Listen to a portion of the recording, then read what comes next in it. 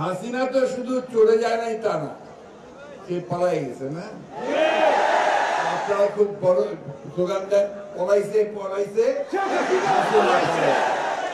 কারণ এই শেখ হাসিনা দীর্ঘ 14-15 বছর ধরে অত্যাচার নির্যাতন করে আমাদের অসংখ্য মানুষকে হত্যা করেছে, শ্রমিককে হত্যা করেছে, ছাত্র হত্যা করেছে, এমনকি তারা নারীদেরকে হত্যা করছে দ্বিধাবোধ করেনি বলে।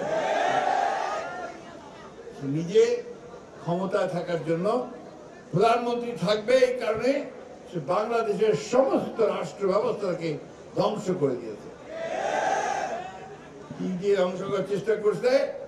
এই সরকারের যে আপনার আমাদের রাষ্ট্রে, বাংলাদেশের রাষ্ট্রের যে বিভিন্ন প্রতিষ্ঠানগুলো আছে, বিশেষ করে পুলিশ বাহিনী, তাকে ব্যবহার করছে, তাই না?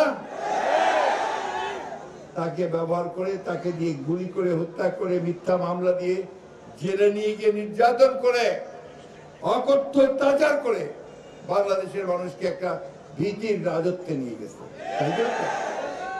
তাই সে যখন ছাত্র শ্রমিক জনতার আন্দোলনের মধ্যে দিয়ে পালিয়ে গেছে, তখন এই দেশের মানুষ হাফ ছেড়ে